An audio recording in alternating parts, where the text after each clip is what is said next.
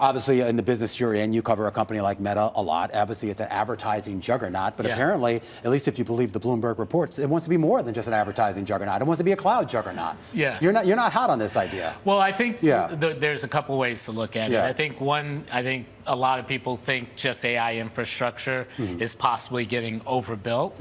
And so everyone else has a way to deal with that, which is they can sell excess capacity, and Meta does not. So in that regard, kind of teeing up the possibility of doing that is very smart. Remember, XAI, they did that with Anthropic, and it's like kind of a fabulous deal for them. But I think to think of Meta going into the infrastructure game against AWS, against Google Cloud, at this stage, that's going to be very hard. And remember, the switching costs for companies are huge. To switch out of one to another are like multi-year projects at this point. It's very expensive. When I first saw the story last week, my first thought was, is this somehow indicative of issues with the core business right now, the ad business, the idea that maybe they see a slowdown there and they want something to diversify? Or is this just Zuckerberg doing kind of what he typically does, which is just throw something at the wall and see if it sticks? Yeah, I mean, Meta and I guess you can say Mark Zuckerberg have always been ambitious about fast following other businesses. They ironically, their biggest business, which you think is Instagram, that was a fast follow. They bought that. Probably the best acquisition in history. In hindsight, that was great. But I think their ads business is not slowing down. If anything, it's growing at a phenomenal rate at their scale.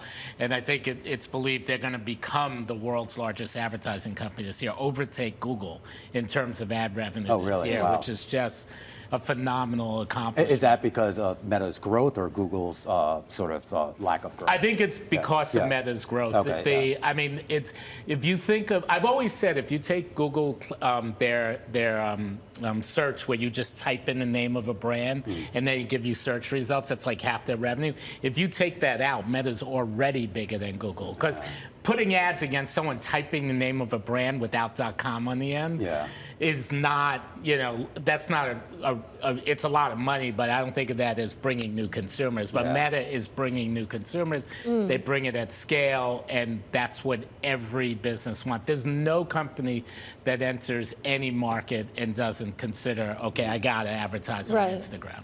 So, I mean, tying those two things together, I want to make sure I'm understanding your argument. Are you saying that Meta should just focus on this very successful ad business and not get distracted by going into the cloud, et cetera? Yeah, I think Meta has to be an AI company, and I think, and their ads business is at this stage very dependent on AI.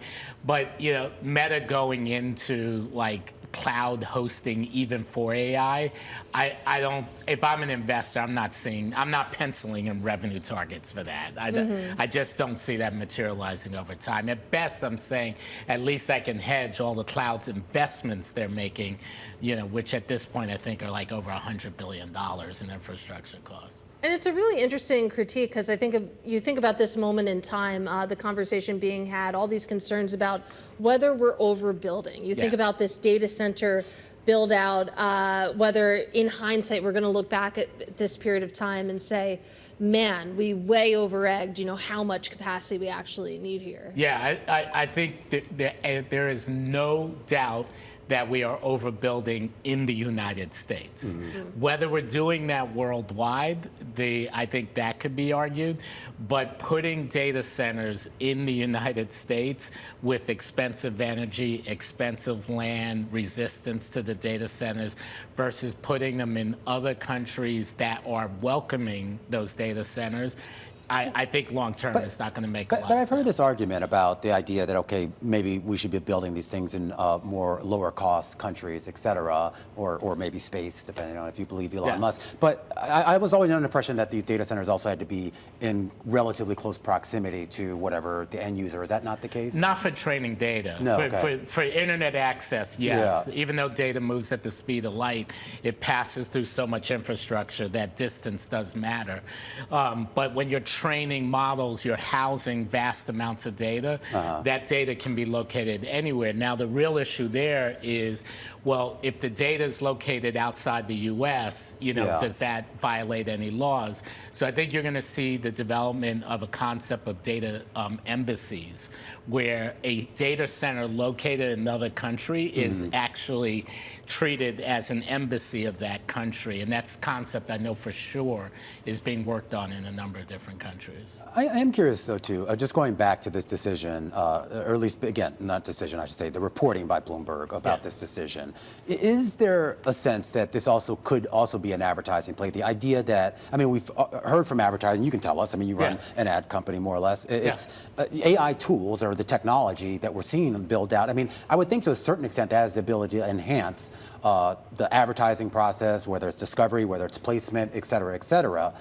Is that potentially a play here? Well, I mean, it's all at play. Yeah. I mean, but the thing, going back to the whole point, the question of are we overbuilding? Every one of these companies is estimating that their share of the market is essentially going to be 100%. They're all saying AI is essentially going to be size of the current global economy, or what these estimate, like $28 trillion estimates, or at least that was SpaceX's, estimates. I lost track of their estimates. Okay, so if they're all building towards that number, someone is overbuilding. Like they're not all going to get there, and I think that's the point. Is that ultimately we are. And we saw this 25 years ago when the internet was built out. There was just vast amount of fiber laid and things like that. Then there was too much, and then eventually there wasn't enough as the reality. It's like reality. They went ahead of reality, got in over their skis, meaning all the people building out the capacity. Eventually that collapsed. But the world eventually caught up, and I think that's what you're going to see here.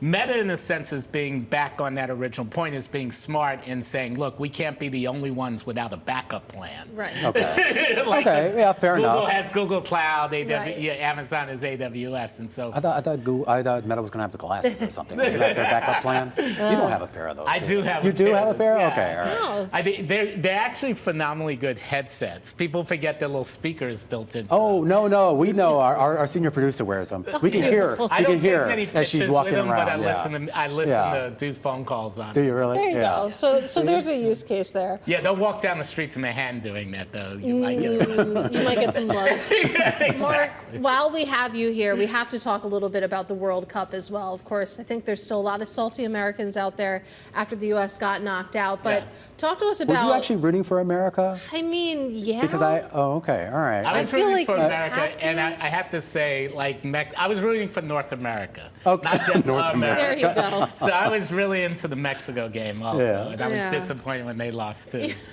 Disappointment all around, but talk to us a little bit about what this has meant for Mountain, what your involvement with the World Cup and all the associated fanfare around it has been. Yeah, absolutely. So we started the year really for the first time wanting to put small and mid-sized businesses into major sporting events, because normally they'd be cut out of that kind of inventory.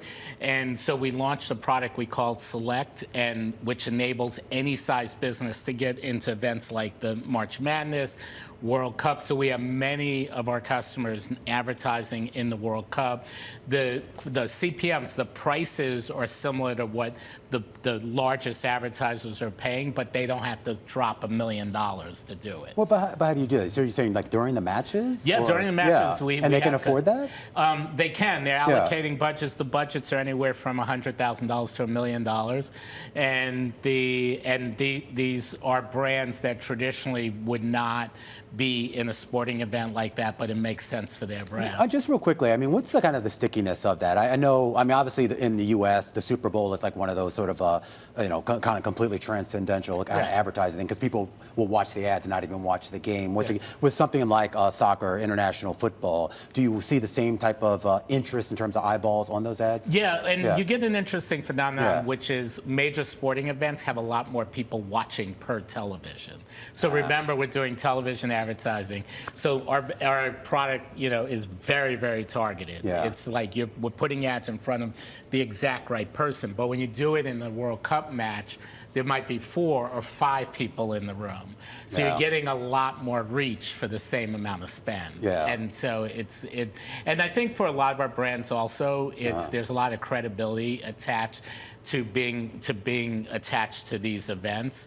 And so there are numerous reasons. The revenue it drives, meaning the performance, the additional eyeballs, the credibility, it all contributes to. There's a lot of emerging companies that now, through Mountain, now have access to events like that. And so it's something we're very excited about.